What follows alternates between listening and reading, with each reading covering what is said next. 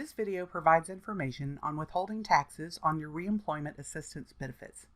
Reemployment assistance is just Florida's way of saying unemployment compensation. Florida doesn't tax personal income, including reemployment assistance benefits, but the federal government does.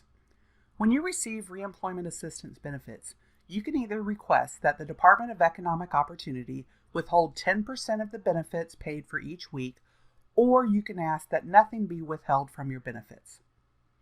Depending on your tax status, you may have to pay tax on these benefits when you file your taxes with the IRS. Note that you cannot ask for a different percentage than 10%. It's 10% or nothing. If you want to change whether or not DEO holds out taxes, you can make the change in your Connect account. Note that you may change your withholding options only twice during each calendar year, which is from January through December.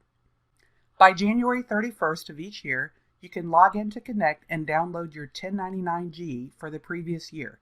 This document has the information you need in order to file your federal income taxes.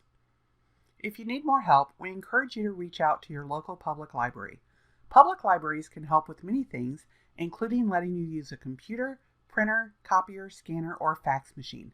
Some libraries also have staff available who may be able to help guide you through the application process. Find your local library at myfloridalibrary.com. You can also contact the Florida Department of Economic Opportunity for assistance. We hope that you found this information useful. Visit our YouTube channel for more videos on applying for reemployment assistance benefits in Florida.